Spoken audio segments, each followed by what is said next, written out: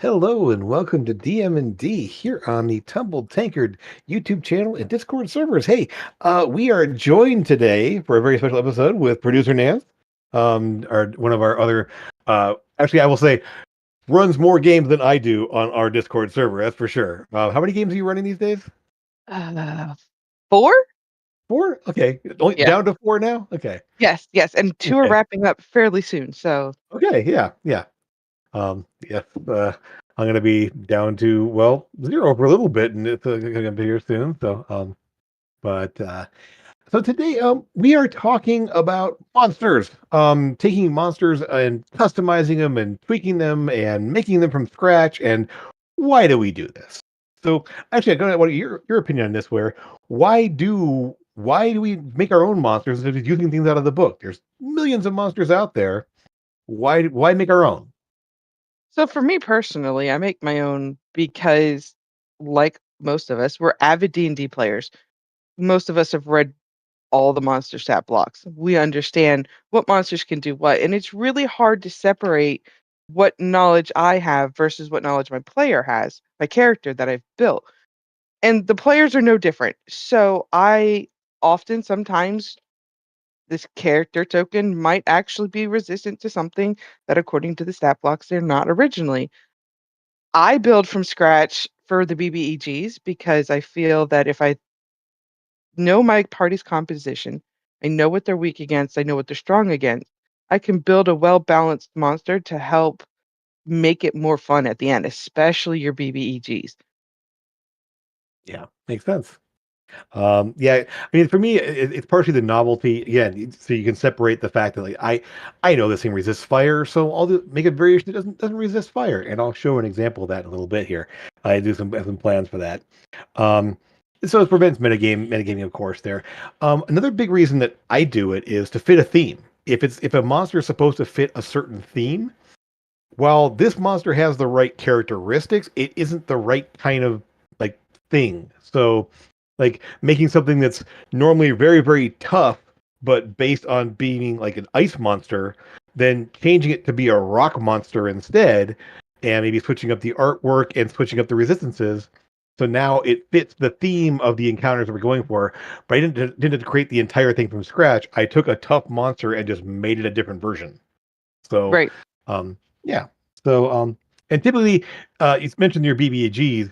Do you ever take monsters and scale them down a little bit, or scale them up, just to add more oomph to them, or tweak them down a bit so they aren't quite as much of a challenge? I do at the beginning, like throwing a Tarask at a level 1 player, ultimately they're like, "Well, I quit. I'm done. I'm not doing this." But Yeah. maybe it's not a Tarask. Maybe it's an illusion that has been placed on something as small as a fairy. And yeah, you can beat up a fairy, but you can't beat up a Tarask at level 1. Right. So sometimes it's, again, if it's the theme with like, are you in a super high magic world where right out the gate, you're going to see people that are illusion to look like something else. So yeah, Mhm. sometimes I dumb it down. Other times I scale it up just for mostly health benefits. Like you got a party of 6 people and you got one monster left, and it's supposed to be the big one, but they wiped the floor with it already.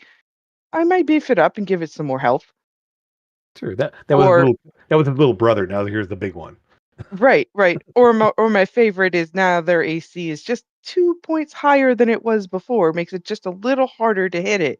Or, our favorite term for DMs is to use, hey, you see it kind of like with that particular hit, it is now healing itself. Yeah. Like it's Yeah. gotten a little bit healthier now. Yeah. So I'll add that in, but usually that's like midway at the end of the fight. Like Yeah. it's now resorting to its last resorts to make sure that it can live and survive. Yeah. Yeah. So yeah, I will dumb it down or beef them up or Yeah. however it I needs, mean, depending on the party comp. and that can be done on the fly too in the moment. Yeah, exactly what you're saying. It's Right. like you can either plan for that or like, oh, you know what, this was going to go down way too fast, let's double its hit points. Right. um just to kind of make the challenge last a little bit longer. um yeah. So What is your inspiration for your monster matches? Where do you find that sort of thing here? Some of the sources you go to for, I mean, obviously our brains or stories, but sometimes there's other inspirations, I'm sure. So what do you find inspiration in?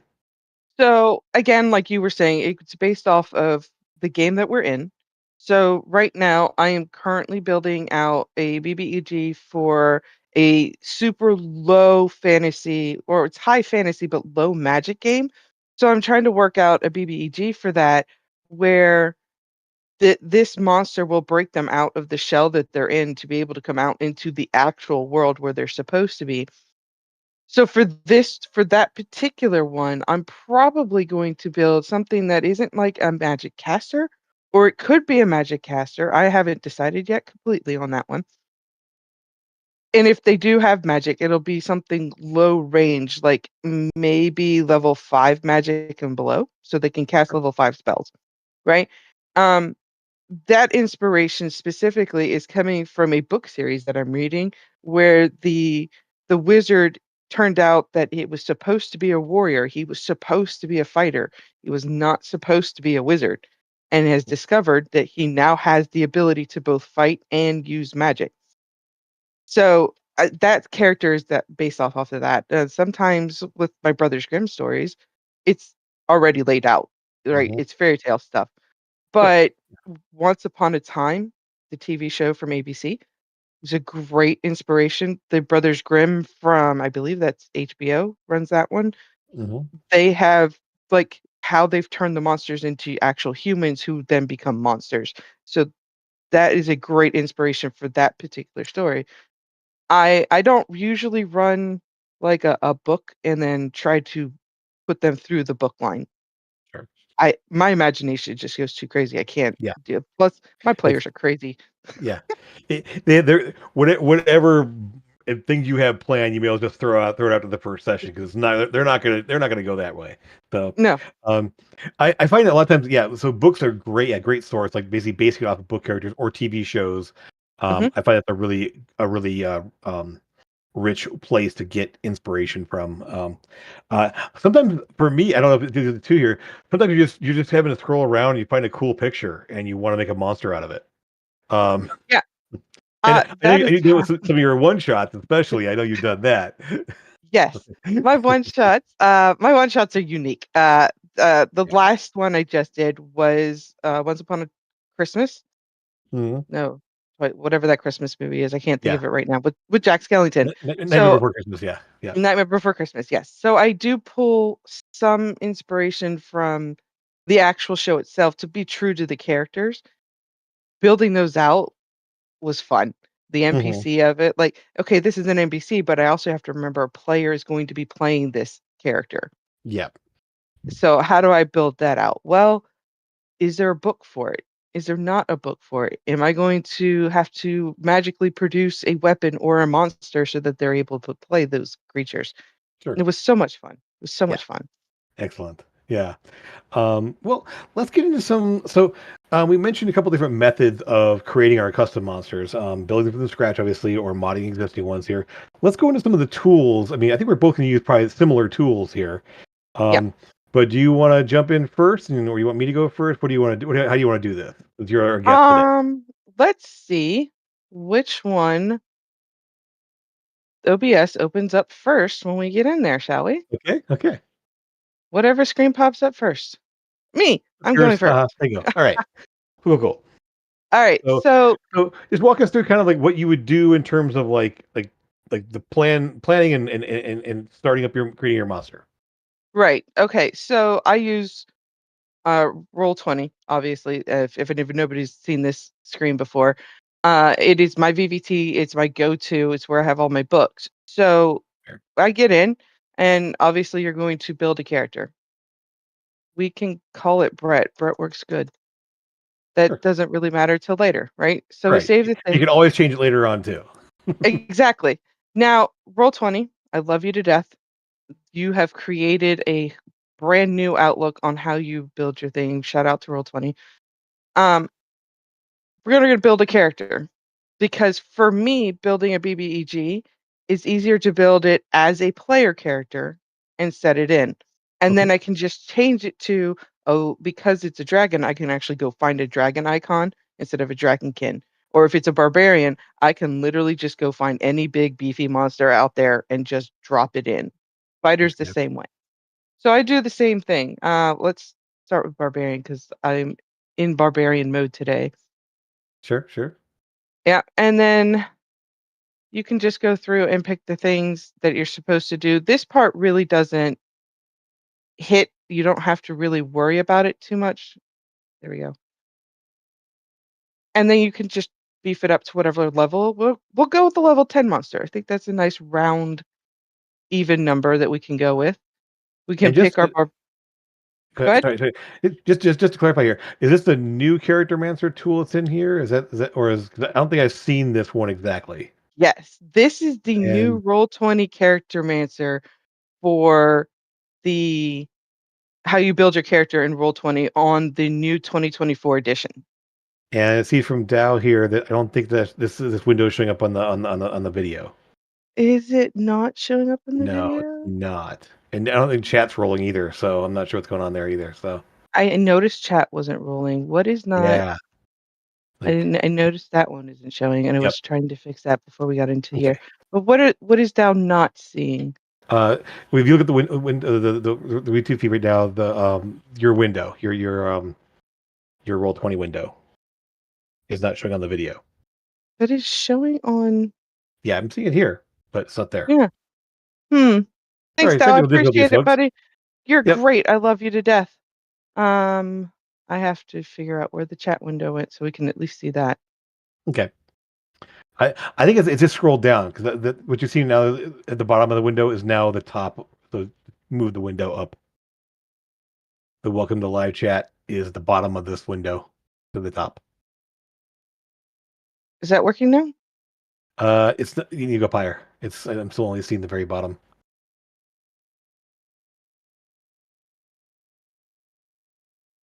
Haha. It's working its way up. Okay. Yeah. Okay. There we go. There we Yep. go. Alrighty. So that should fix itself here in just a second once we get that squared away. And then while Hmm. you so I'll let you play with getting your window up there, and I'll just kind of tweak a little bit here on some of the things here while you get your window working up here. Um, so I see we got Dow and Millsap there in the chat there. Real quick here, a question for you guys then. What's some of your favorite custom monsters you run up against? Things that your DMs have thrown against you, they were just like, what the heck is this? Um, so go ahead and throw some of those in the chat there. We'll kind of talk about them. Um, and so, just describe what Nance is doing. I think it might be coming up there now. Okay, there it is now. Good. Awesome. So we can see it. Cool. Okay. Yeah. So then you pick your subclass, and yes, this is the 2024 version, Jim. Okay. This is new character mancer for Roll20 for the 2024 version. But you can also pull from the 2014 version at the same time. So like you want the character from 2024 with all the new fancy gizmos, but you still want to have like the special things from what we love from 2014. You can Yeah. also keep They those as haven't been well. reprinted yet. Yeah. Right. So I have every book under the sun in here. So let's just go with something we are all used to, is there's a player's handbook one. And then we're going to like this isn't meant to be a tutorial for how to roll 20, but you know Yeah. what? We can do A, li- two birds with one stone. a little bit here, just so Mhm. and if you don't have this version yet, there, the old character master does work. I've used it. It's not quite as like flashy and cool as this one is here. It doesn't have all the options there. I don't have the fancy one because I don't have the 2024 books of my roll 20. So if you don't see this exactly, you're going to see something similar at least. So you can kind of see using Yeah. character master to build an evil NP an adversary NPC. Right. And at the same time, Introduction. Yep. Turduncan. You all love my Yep. Turduncans. Don't go there. So like at the same time, your 2014 ones, I love them to death. It looks like the normal players how we would paper and pencil it. And sometimes just paper and penciling it is just as good. All right. So then our species. Well, we already picked barbarian. So what would be a good species out there, guys? I don't Uh, know. Yeah. what we got? What options do we have in there? We're Throw in a level dwarf. 10 I like dwarves. Throw in a dwarf. dwarf. Heck yeah. We'll pick a dwarf. We like dwarves. They're short, stout, and rude. They There he can is be. now. We'll pick the 2024 roll because we want some variety in it. Mhm. The new rolls for 2024, everybody has a speed of 30, so dwarves actually get to go faster. And then our background for your BBEGs and for your monsters and you're building them, the backgrounds really don't matter. But putting in a background can give you the idea of the flavor of character that you're trying to remember you're playing with this one. So he's going to be a charlatan. Why? Because he's an evil guy, and at level 10, that's what we want. We want to beat up the evil guys. Sure. And And to then, and the backgrounds too, that nice because they do give you, especially in the new version, they actually give you some options that matter. right, Gives you bonus feats, gives you bonus, it gives you bonus stats and skills. So yeah, it's always helpful to put it in. It gets you a more complete character. right. Yeah. And then bonds and ideas. Again, this, remember, I'm building it as though I am going to play it as a character player. So, Mhm. like, this is you would fill out all this stuff. You don't have to. I'm going to Mhm. choose not to Yeah, because, it's fun. Now, our feats. I don't like to roll my feats first. That's just because I need to know where my strengths are going to lie. So I'll do my ability points first. And as you can sure. see, the feats go off on the left hand side. On a monster that I know I'm going to be fighting a group of people. And at this point, I kind of sort of know what my group comp is going to be, right? Sure. So I'm not going to points buy. I'm not going to roll. I'm going to do it manually because I know my players and I know what they're capable of handling and what they're not capable of handling. And at level 10, this is a good way of finding out if they're capable of handling these high powered monsters that I'm giving them. It's a barbarian. He's going to have a strength of 20. Sure. Nah, Dex will probably give him a 12. Because you hate decks, I know. Yeah, I do. I Stupid never seen hate you play a Dex. character that has a high deck. Me play a character with a high Dex? Yeah, Well, you haven't seen my rogues yet, Jim. sure. I've never seen you play a rogue yet. So yeah. Uh, so intelligence. Now, when I was building my character for Athena in your game, Jim, Mhm. I rolled my stats, and her intelligence was off the chart. I was not expecting that. So playing a high intelligence character was not something I was used to, and I think barbarians aren't supposed to be that intelligent. But But she's not this a is barbarian. supposed to. She's not. She's not. She's a fighter. She's got barbarian tendencies. Uh, Sure. I think with the BBEG, they have some type of intelligence level, right? They're Sure. supposed to be the boss. They have all these underlings. So we're going to give them a decent intelligence level. And maybe not so much as the wisdom level. And our charisma, we're going to just chunk it out to a 12. It kind of How depends on what the roles of your BB is. If there's sort of a solo, right, sort of like I'm gonna be the guy that hangs out in this room and kicks your butt if you come in. Wisdom for a right, higher perception makes more sense there than intelligence. But I have minions, intelligence, and charisma are going to be a little more higher, a little bit higher for that. Yeah, right. So then and now we're going to set our ability scores. Um Obviously we could just dump stat it into strength and obviously now you have a little strength. I like to round it out to get these plus ones to go back up to a plus two if we can. sure. Again, because I built them out, I could tweak the numbers however we want. But Mhm. whatever floats our boat. It is our monster. It is what we think that they're capable of doing.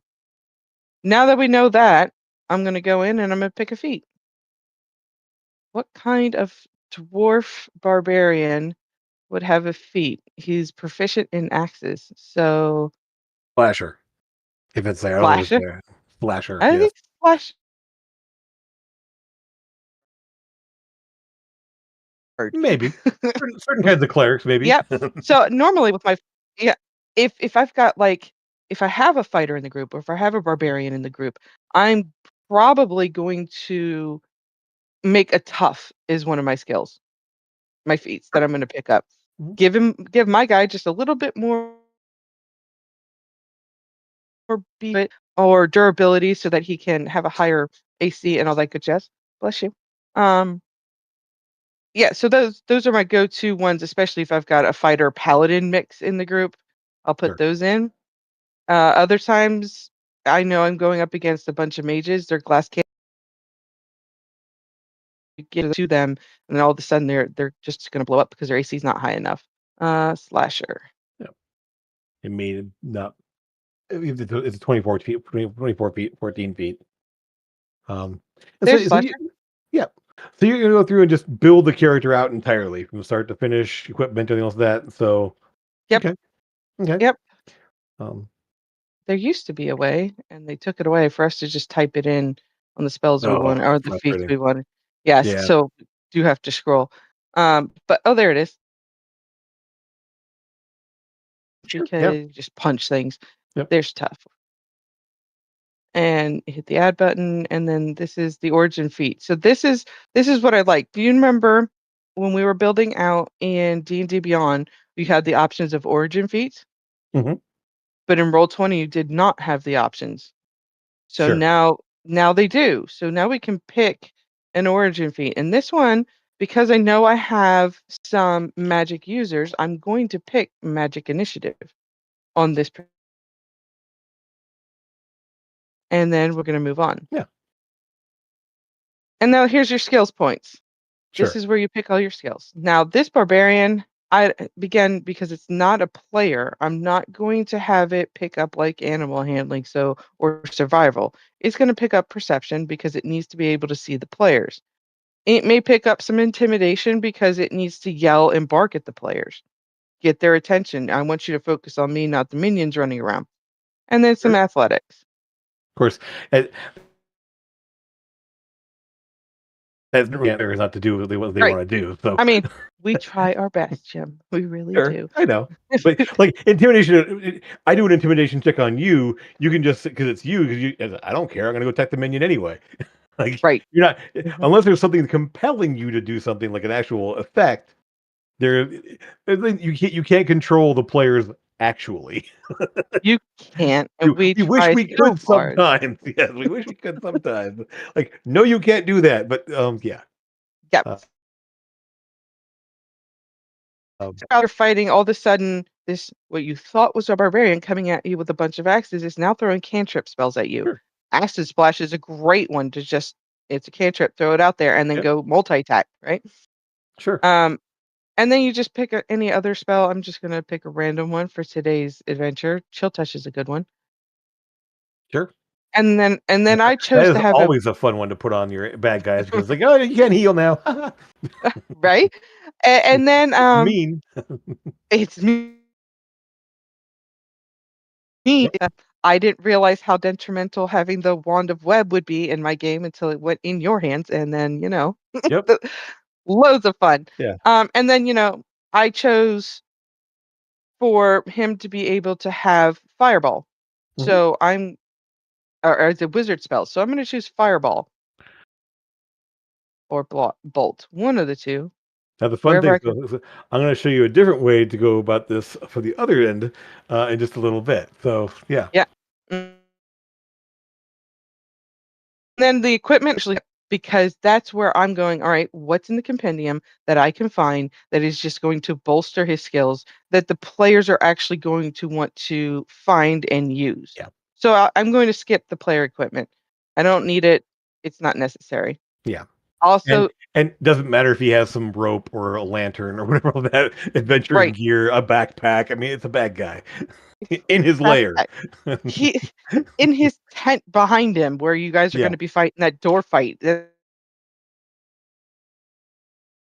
So then this is the lovely thing with Roll20 that I am using for my BBEG now. It is letting me know who they are, like a background of that person, like notes that they have. I can type in here some like little jam notes to off the side where I can go, hey, that's right. He belongs with this organization. So when the players are asking those questions, who is he? Where did he come from? Who brought him here? I don't know. He just automatically showed up one day. I have it in my notes described out and little tidbits where it says other. On this character, you will find the what's that big sword that all paladins want for Holy the Holy Avenger. Avenger. Yep. Yes. So like on him, he has a Holy Avenger. He never used it, but he has it on him. Sure. Again, all depending on what it is that you're doing, where you're going, and what Yep. Yep. weapons you want your players to have. And then it tells me it has unfinished steps, which is great because I don't know how many times I've gone through D&D Beyond and like, oh, but wait, up. At this point, we don't care because we know what those unfinished steps are. You Yep. build your character, Yep. and there's your character for your level 10 monster, Sure. and you can go and do it. Um, your bio's an information page here, which is why I Hmm. love building it like this instead of building as an NPC. Like the old way for Roll20 was you can just build an NPC sheet and it looks like a monster stat block card. Hmm. For this one, I can put in the edit and push down here Hmm. all those secret things that belongs to that character. And at the end of the game, I can show them. I can say, "Look, here, players, you can now see the monster that you defeated, how I built them out." I love showing them where my mindset was so that they get out of compendium rules versus what Nans is doing right now. Yep. And that's the Excellent. monster in a nutshell for Yeah. Roll20. Yep. And so, let's flip over to mine here, and I'll try to do a different thing here. Um, and seeing as I like to get a lot of shortcuts. One thing about that is it's really cool. You can do a lot of detail, get a lot of things in there. You need a lot of time to plan things out. You want to build your BBG months in advance. I've built out most of my villains Mhm. like a while ago. And occasionally, like for example, Wraith in the first arc of the Avarice campaign. I originally built Wraith as a level 8 character when you were like level 2 and 3. Right, And then when you finally met him, I think you guys were level 12 and he was level 14. So I leveled him up with you over time level, some new things, throw some little bit better magic items on him, and do some things that would sort of like make him more of a threat to you at the time you met him. But right. sometimes you want to just throw something out there real quick. Um, and you got an adventure to do, and so I'm going to show you a way to kind of not have to build it out the character.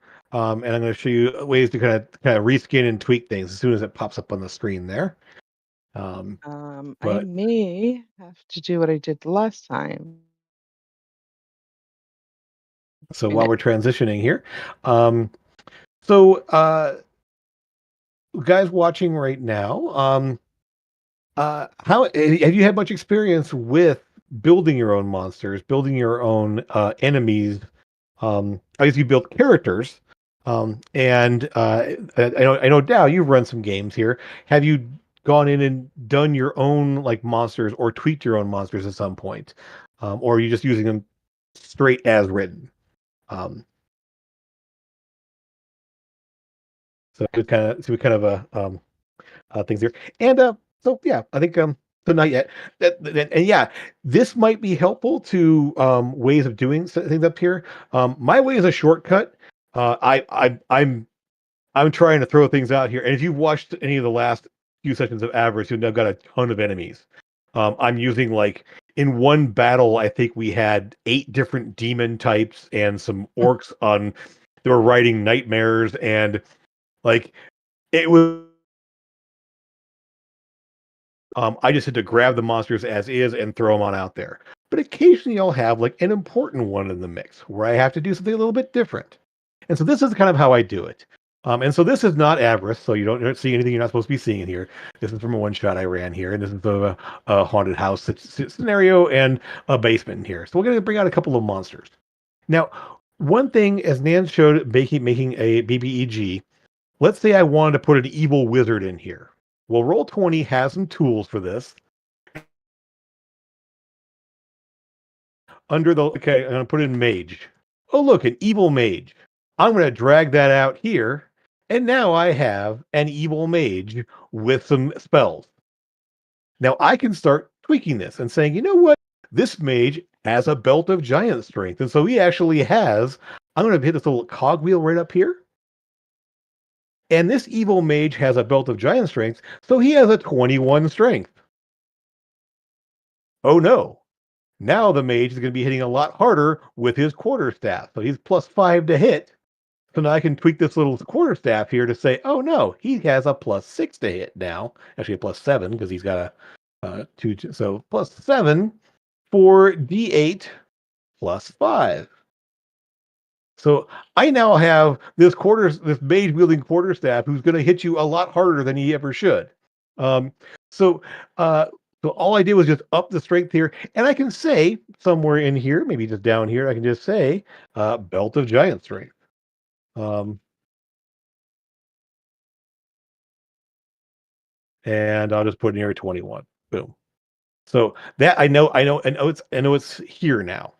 So um his spell casting has all his details in here that he needs, and here's the spells he's throwing around here. He's only a third level caster, so this guy is not a very tough opponent. Now, if I wanted to make him tougher, I could, obviously, by upping he's a fourth level caster, right? It says right there. So I could do that, or I can go find a tougher mage and bring that one in instead. And then I can just kind of like tweak as I needed here. Maybe I wouldn't do this for the BBEG, but for one of his lieutenants who happens to be harassing you later down the road here, this might be a good way to go. Um, so I've got that there. And again, this one happens to have a token for it already. But let's say I want to do something a little bit different. I'm going to take that off of there, and I'm going to come back over to here. Let's say this house is haunted by a white and his friend a little nightmare. This little horse that this guy is riding on top of. Now, the funny thing, I can move this to the front and put it on top. I can do something like this, where basically now I have both of these guys moving around together in a block. Um, you can kind of just have a little fun with them doing that. But then you have your white out here doing this thing here. Now let's say this white, when the standard white, if you pull it up here, is wielding a mace and does some life drain. He's got these stats. Maybe this white's a little bit tougher than normal whites, and you want to say, okay, you know what? Rather than having 45 hit points, we're going to change this by hitting this little cogwheel and say, no, he's got 65 hit points. And he's wielding he actually is carrying a shield. And so I might say breastplate and shield. Hello, and you have cap lock. And so now his armor class is 18. So I've now made this a little bit tougher encounter by upping the white's gear. I could even say that, hey, no, this guy's wielding a mace +1. He has a magical mace, and now that's going to increase his hit and increase his damage. So I've now tweaked this monster to have a magic weapon, and a little more hit points. And so this can come in here, and maybe this is the master of the house. This white has a name. This is actually not the white. This is actually Harold, um, the formal master of the horse. So now I have Harold here, and I can go in and edit his little bio and change this to Harold, so it shows up with that name. And there we go. We now have the unique white named Harold. I did so. It's just a way to tweak it here. Now you notice this token still says he has 45 hit points. I can just change it to 65, or I can just tweak the settings in here and redo some stuff. You can always mess around with this here. I'm not gonna get into the whole that detail there, but in terms of upgrading and changing an existing monster, again, I wouldn't do this for the BBEG. Or in the case of the last fight we ran into, I actually used the Archmage stat block and pulled up the Lich stats on D&D Beyond and used them both at the same time for the same encounter. Um, so it's a fun little thing there. Maybe Harold is a little tougher than most, and normally he's immune to poison. Harold rides around on a nightmare. And so because of that riding on a nightmare, has fire resistance as well. Doesn't that riding on a nightmare gives you that ability? So you can add that in there. So again, tweaking it, making it fit your setting a little bit better, making sure maybe this guy is supposed to be smarter or tougher or whatever. You can always tweak those stats up by just modifying with a cogwheel here and doing what you need to do to make that happen. Um, and then let's say his nightmare isn't a fiery based thing, it's an undead horse. Maybe it's actually a ghost mare. And well, this ghost mare isn't quite what we want. Um, he doesn't have immunity to fire. He has immunity to necrotic because he's a ghost. And so we'll do that there. And because this convert fire resistance, convert necrotic resistance. And change this to necrotic. So you now made a variation of the nightmare and now have a ghost mare. And everything else will be the same. The only on the hooves here, you might say that instead of fire damage, it does necrotic damage. So I just taken a nightmare and made a ghost mare out of it. I didn't have to go in and create a brand new thing in a whole new place. What we got going on? Create a monster. I've seen another window popping up there now. It's not And supposed to be. it's there. Yeah, you're covering me up right now. I see how it is. Uh-huh. 100%. Yes. Yes. Thank you. Now, ghost gelding is with missing part. Yes. And so here we go. We've got now a tweaked monster that fits our theme more. Instead of being a nightmare, it's an undead horse that has a more necrotic feel to it, rather than having there. And so again, I've just taken an existing monster and tweaked it. Um, I can make it a named one. I can just make it a variation there. You notice it still says nightmare up here. To change that, I need to go in here and change this. And then, you know what? I don't like this token. This is not the token I want to use for my ghost mare. This doesn't make any sense. He's got fire. I don't like fire. I'm going to take and make a new one here. So this, and so I'll throw back to you just a minute here, but I'm going to jump in and show token stamp because I love token stamp. Token As stamp we all do. is a great free program. Rolladvantage.com/token stamp. The link's right up there. Um, you can see it right up at the top there. But here's, yes, I want to make a new thing here. And so what I did was I went on to Google and searched evil ghost horse and found some cool images and picked out an image, dragged it into here. Thank you, strange demonic horse at the Denver airport. That's what this image is. Awesome. Wow. Yeah. um, and so you can tweak various things about this. You can make this a wider horse. You can make it narrower, whatever you want to do to kind of fit the window here, maneuver it around. So your token looks just how you want it there. And then download. Once you have your little fun little download here, I'm going to drag it back into my Roll20. Boop. I'm now uploading. And now I have my Ghost Mare token instead of a Nightmare token. And I can do the fun thing of saying, okay, yes, uh, I want to take this, delete that. I'm going to go to my Ghost Mare. I'm going to change this image and put this cool Ghost Mare in instead. I'm going to and I'm going to use selected token here. And now I got myself a Ghost Mare with a new token. And now if I drag this guy out, there we go. I now have a Ghost Mare instead of a Nightmare. Also, to Um, clarify with Roll20 and how it does its things, um, when you change the token, it does not change it permanently in the compendium. This is a right. token that you've created. It's just yours. And if you delete it out of your book or out of your settings off on the side, it's no harm, no foul to the actual compendium. Right. Yeah. So if I go to pull up a nightmare, I can still pull out a normal nightmare. I can still pull out a normal evil mage and normal white. No big deal. Sorry. Oh, I think you muted. Oh, sorry. I see. I'm not muted. I was You're good. sorry. I was too many windows open here. I'm seeing images in too many places. So okay, cool. Oh boy. So anyway, that's kind of my little spiel about tweaking and modifying creatures and monsters. Again, building from scratch is great. And there's ways to do that. And I think you wanted to show that in D&D Beyond. Is that what I was seeing in the real Well, preview of there? it was a little preview. I doing some homework for this. I Hmm. I went in and I was looking at some D&D Beyond stuff and how they build it. Theirs isn't much different than what we're used to seeing on everything on Roll20. Theirs is a little bit more like, does it have a bonus action? You can describe it in this box and put it in. I haven't gone much further than this. Yeah. This is the extent. I do like how you can pick the size and it's in the challenge rating, and it's not going to mess up too much with what we're doing. And then you can create the monster. Let's see what it does.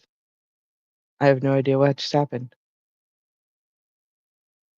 Why I like Roll20. Mhm. Roll20 doesn't. Oh, my deck of many colors. You might want to I have. switch over to your view now because you got me up there still. We're both there now. I see it. Mhm, mhm.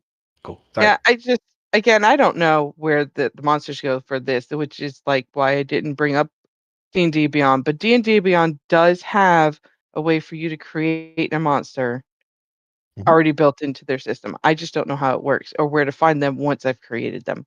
So that's why I had them out. There's also this website I just pulled up in here. I've used it once in a while in the past.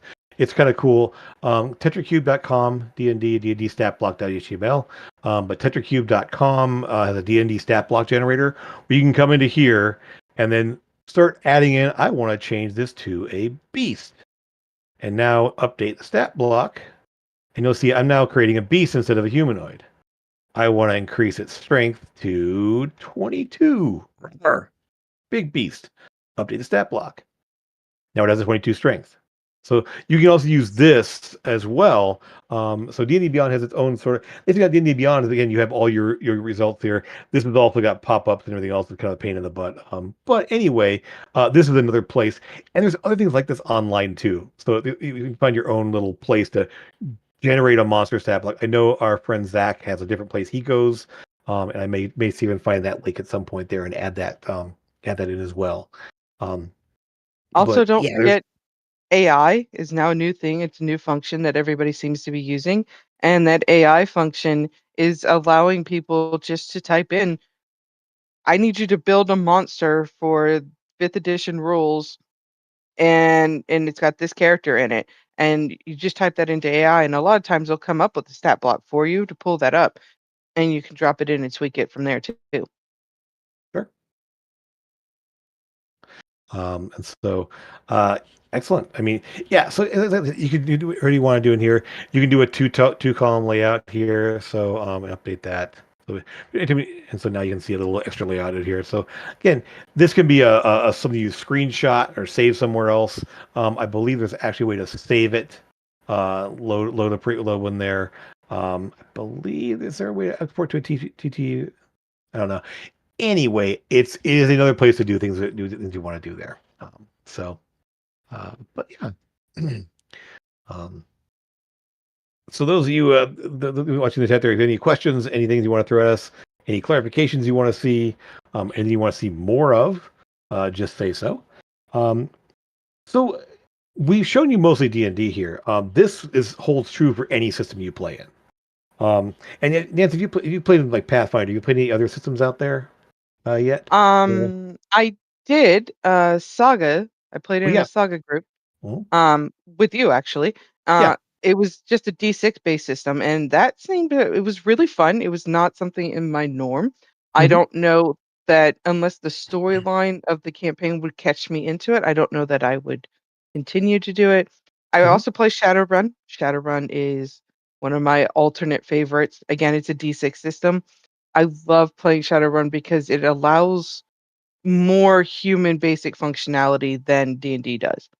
Yeah. Like, can a human actually do that? No? Well, go get augmented and then you can do it. Yeah. Very cool. Yeah. And I mean, the same thing holds true in other systems as well. Most systems have ways of customizing your enemies, your bad guys. Some systems kind of like force you to do it. In fact, they don't really have much there. A Mhm. really bare bone. I've been playing a lot of what's called index card RPG, IC RPG.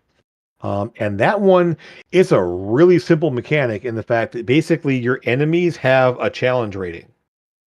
Anything you do, you have to beat that challenge rating. So if the challenge is a 12, you have to roll a d20, add whatever modifiers you have there, and beat a 12.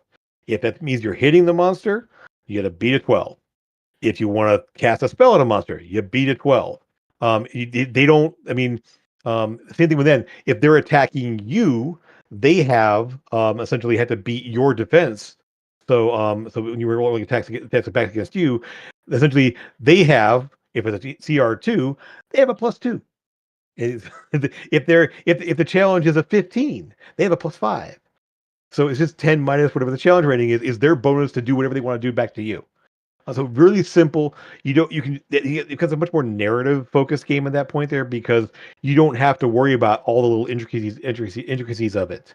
And there's just a mechanic that basically a normal test can be made easy or hard depending on what you might do, or if they're vulnerable to something or resistant to something. So other systems out there are great ways to find ways to allow for more customization or uniqueness of monsters.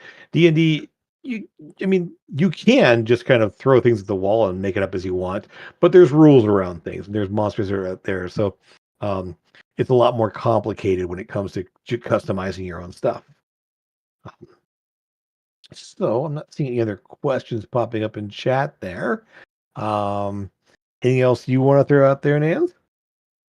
Yeah, just remember when you guys are building your monster, keep your players and their comp in mind when you're building them. Yeah. I If you throw something out there that obviously you've got a bunch of fighters, Magic is going to mow them over. It's not going to be fun for them. It'll be fun for you, but it won't be fun for them. And the whole point of the game and us being DMs is to have fun watching our players have fun. Mhm. So And yeah, make it fun. exactly.